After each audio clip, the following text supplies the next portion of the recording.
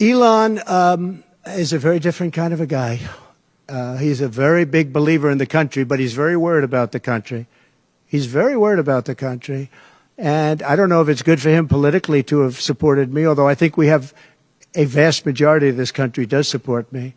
But Elon, more than almost anybody I know, I mean, he loves this country. He loves the concept of the country. But like me, he says this country is in big trouble. It's in tremendous danger. Yeah, the Elon Musk. So, yeah, sure. So Elon called me. As you know, he endorsed me full-throated. Great endorsement. I respect Elon a lot. He respects me. And not easy for him to endorse, to be honest with you. You know, it takes courage to endorse people. Many people have courage and many people don't. He does have courage. And Elon endorsed me, and he asked me whether or not I'd do a show on Monday, and I think it's going to be Monday night. And I believe he's the host of the show, so it'll be very interesting. A lot of people are talking about it. I look forward to it. That'll be done on Monday night. That's right, folks. On Monday, Elon Musk interviews Donald Trump. Spoiler alert, Musk is going to ask a lot of very specific questions around policy. And no, probably not much about electric vehicles. Stuff that really matters, like secure borders, safe cities, those kind of things. I just wanted to discuss from my perspective what this means for Tesla. A couple of days ago, Tucker Carlson takes a Cybertruck to rural United States, glowing reviews. And keep in mind, these are the kind of places where you're seen in an electric vehicle and people will suggest that you like to fuck men. Which, by the way, if you're into that, that's totally fine. I'm just pointing out that there's some very insular regions of the United States in which people seem to be very uncomfortable with the idea of electric vehicles. Yet even so, these folks were willing to admit the Cybertruck was comparable, if not better, than something like an F-350 by Ford. There are many people who still live in bubbles. They don't know the first thing about Elon Musk or Tesla. They might have heard a few whispers and rumours, some of them untrue. But just think about half the United States who support Donald Trump. A portion of that audience don't know the first thing about Tesla. They've heard a lot of bullshit about electric vehicles, can only go 2 miles before recharging. They catch on fire 24/7, these kind of bullshit things. Tens of millions of people will listen to this interview. Many of them extremely skeptical of electric vehicles, who've never even considered purchasing a Tesla before. This is like the 1-2 punch. The Tucker Carlson Cybertruck video, that'll reach tens of millions of people. And now this. I posted on X asking the audience who's excited for this, and I also pointed out that the odds Kamala would agree to a conversation with Elon Musk, which would gain incredible reach and the ability for her to share her policy and positions, if she has any, with millions of voters is 0. And I mean 0. Kamala's a moron. Like, she really is a stupid person with insane ideas around policy. She's a socialist/communist. And this, by the way, is not a derogatory term. This is just an honest description of her. This is the same person, of course, who was fundraising for people who burned Minneapolis to the ground a couple of years ago. Now, in response to this, Musk confirms that he is open to interviewing Kamala Harris. So the offer's on the table. Of course, I guarantee you there ain't no way she's taking him up on this. She'll be exposed. He'll ask questions about policy. Remember the BBC interview where this dickhead was saying things that were false about Musk, and Musk absolutely tore him to bits, and the guy was so dumb he didn't even realise it, and then Musk is scrolling on his phone looking at questions on X, right? And he's cackling. And at the time, Musk was being very polite about it, but essentially everyone posting on X was like, this BBC guy is just getting absolutely ruined. What a moron, what a dumb fuck. And I actually posted at the time observing that Musk was looking at his phone and laughing, but too polite to actually say anything, which was everyone saying the BBC guy's an idiot. Musk actually replied to that, confirming I was correct. Now, a lot of people with loud voices are going to be screeching about the idea of Elon Musk interviewing Trump, which, by the way, what's he, about the 5th or 6th presidential candidate Elon Musk has interviewed thus far? There was Vivek, RFK, Ron DeSantis, and a bunch of others as well. So Musk is completely open to having these conversations, but it's interesting who's willing to agree and who's not. By the way, I really do want to underscore the importance this conversation will have, not just from the United States and the forthcoming election, but through the eyes of a Tesla investor. As I said earlier, there are lots of people today, fanatical Trump supporters, who hate the very idea of electric vehicles, wouldn't even have considered one. And I suspect after this interview, most will still retain the same positions that they have previously. But there'll be a small percentage of people now who for the first time go, this Elon guy's pretty cool. And he's supporting Trump. Let me just see how shit that Tesla company actually is, and how shit their products are, and how often they catch on fire, and how expensive they weigh. What? How much? Well, how fast? How much? Ooh, might get me a Model Y or a Cybertruck. This will be great for Tesla. And there will be people screeching, like I said, Elon bad, Trump bad, oh my God, it's the end of... but they're irrelevant. We are witnessing in real time a huge shift. I think people have had enough of the insane policies from many Democrats. They do actually understand that Kamala is a gigatard. It's becoming less and less controversial for somebody to come out of the closet and admit, I think Trump's probably a better candidate and going to produce better results for the United States than Biden or Kamala. Therefore, I'm endorsing Trump. And as Trump pointed out earlier on, it takes a lot of courage to make an endorsement like that. And Musk knows it, right? Musk has got courage, overflowing with courage. But he's not dumb. He'll have known, as soon as he endorses Trump, people are going to lose their fucking mind. And many did. A very small minority of loud, screeching crybabies. The point that I'm getting at, it's becoming more and more acceptable now for people to either endorse Trump, which is happening. We're seeing a domino effect now, especially in Silicon Valley where Trump bad, Orange Man bad. Serious cases of TDS.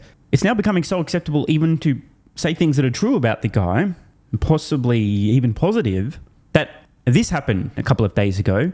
A stunning moment on CNBS, which leans very left. Of course, they do have their token Trump guy, which is Joe.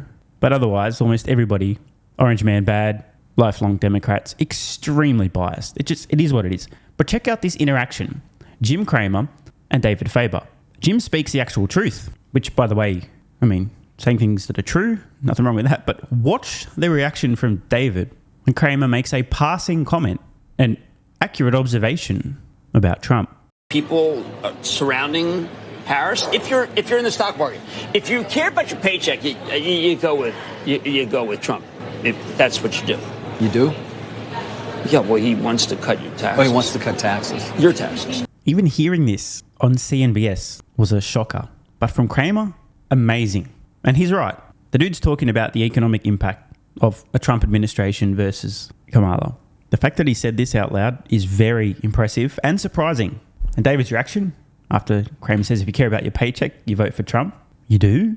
I'm sure David was rather shocked to hear that from Cramer, even though it's the truth. So just to recap, Elon Musk interviewing Donald Trump, net will be a massive positive for Tesla. But you will, of course, hear some extremely loud and irrelevant crybabies whining about how it's the end of the world. How dare Elon Musk interview an insurrectionist, Orange Man bad, whatever. You know what's coming.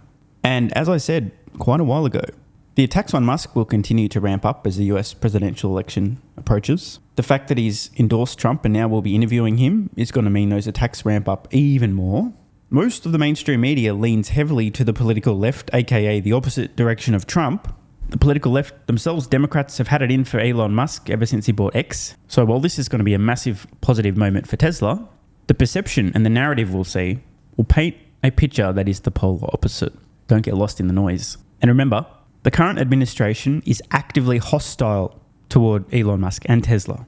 Meanwhile, you have Donald Trump here praising the guy repeatedly, saying he's a genius, he's a smart guy, we need to make life good for our smart people, admiring Musk's courage. And Musk recently disclosed that he's had some conversations with Trump about a potential US government efficiency commission. Musk saying he'd be willing to participate in that, to volunteer his time. It's becoming increasingly apparent that Trump and Musk have a very positive working relationship, and this will be great in the future. Trump respects Elon Musk enough, as opposed to the Biden administration, who detest the guy, who hate the guy, who defame the guy, who attack the guy constantly. Trump respects him. So assuming no late mail arrives, when the votes are counted, under a Trump presidency, he will be frequently picking up the phone, calling Musk. How can we bring more manufacturing jobs back to the US? Manufacture more vehicles and other products in the US? How can we become an AI leader? How are we going to transition to electric vehicles? What about the grid? What about the materials? Oh, you want to build more lithium refineries? Cool. Let's roll back some bullshit to get them online faster. You want to build 10 million cars in the US, but you can't afford to do so? Well, how about some tax incentives? As opposed to the Biden administration, who've been trying to, and I do mean really trying, to impede and slow Musk and his companies down. All signs point to a Trump administration doing the opposite. Musk is one of the biggest employers in the United States, one of the biggest manufacturers, which is music to Trump's ears. What a wild world we find ourselves in which a Trump administration would be the best thing that could possibly happen for Tesla. Want more content? Early access? A bunch of perks? Click the links in the pinned comment. AG1 is awesome. I've been taking it daily now for more than 3 years. It's a great way to fill in nutritional gaps. It's packed full of vitamins, minerals, and whole food source nutrients, plus has prebiotics, probiotics, and adaptogens to improve gut health, regularity, and help your body handle stress. I'm always looking for an edge to help me feel and perform my best, which is why I haven't missed a day of AG1 for more than 3 years. And I haven't missed a daily video in more than 3 years. Must be a coincidence, right? Just try it and see how you feel. Click the link in the pinned comment or head to drinkag1.com/SMR and get yourself a free 1-year supply of vitamin D3 plus K2 and 5 travel packs. But don't take my word for it. This is what viewers of the channel had to say after trying AG1. I feel like I have a lot more energy since I started on AG1. By the way, viewer, that makes 2 of us. On to the next. Just got my AG1 in the mail. Legit feeling the effects after day 3. This viewer's been taking AG1 for 8 months and says, what an investment. Another. 3 months ago, I started AG1 and have been enjoying the evenness of alertness and energy that lasts the day. I just started the wife on it too. Are you convinced yet? I mean, hey, it's worth trying, right? Click the link in the pinned comment or head to drinkag1.com/SMR, or I can keep going. Plenty more to come. This viewer, after about a month on AG1, definitely a lack of fatigue in the afternoon. Pleasant side effect is that my coffee intake has imploded and is almost down to 0. One more? Yeah, why not? I honestly feel younger and will be continuing to use AG1. This stuff really is crazy good. I didn't think it would be, but this stuff is awesome. It really is what everyone is saying. One more? Don't mind if I do. I've just received my 3rd month supply. I've drank it every day. I have so much energy throughout most of the day. I'm productive, started a new business, started socializing, refurbished a boat. It's no coincidence. Thank you for your persistence, your integrity, and your insights. Now look, these are not my words. These are not my testimonials. This is what you guys and girls are saying. Maybe it's 100% placebo effect. But even if that's the case, I think it's money well spent. Click the link in the pinned comment or head to drinkag1.com/SMR and get yourself a free 1-year supply of vitamin D3 plus K2 and 5 travel packs. If you're still skeptical, hey, I don't blame you. Everyone on the planet seems to be promoting AG1 now, but guess what? They weren't nearly 3 years ago when I had this to say privately to my Patreon audience before there was a relationship, when I was asked about what I was doing for my health, energy, and so on. Just sharing my genuine, honest thoughts about a product I'd recently discovered that was at the time called Athletic Greens, now AG1. If I could only recommend one supplement to take, Athletic Greens, and I'm not getting paid to say this, Athletic Greens is a fucking game changer. I cannot believe how effective this is. No longer having a lack of energy in the afternoons. It's fucking amazing. There's only one thing to recommend, seriously. Try Athletic Greens. You won't go back. So obviously, just like Elon Musk is a liar, a fraud, a con man, a scammer, a fake engineer, and Tesla's going bankrupt, you shouldn't trust that guy from about 3 years ago who, without any financial incentive, was promoting this product to his audience on Patreon when they were asking about health and what he's doing for supplements. Because obviously, there was some other reason he recommended that, obviously. Not sure what it was, but don't trust that guy. And all the testimonials, like my mental game has improved with AG1. I feel better than ever. I'm so impressed I've bought it for both my parents. I feel more focused and have better digestion. Incredible difference. No more afternoon fatigue. It's relieved gut issues. These are all just obviously fake testimonials from fake people. Right? Wrong. Just try it. Unless you hate yourself. If you hate yourself and you don't even want to risk possibly feeling better, this is not for you. But for everyone else, what's the worst that could happen? Try it for a month. See how you feel. It's a no-brainer. Just click the link in the pinned comment or head to drinkag1.com/SMR. You'll get a free 1-year supply of vitamin D3 and K2 plus 5 travel packs. And you'll take the colossal risk that maybe you might have a similar experience to some of the people whose testimonials we've read in this video.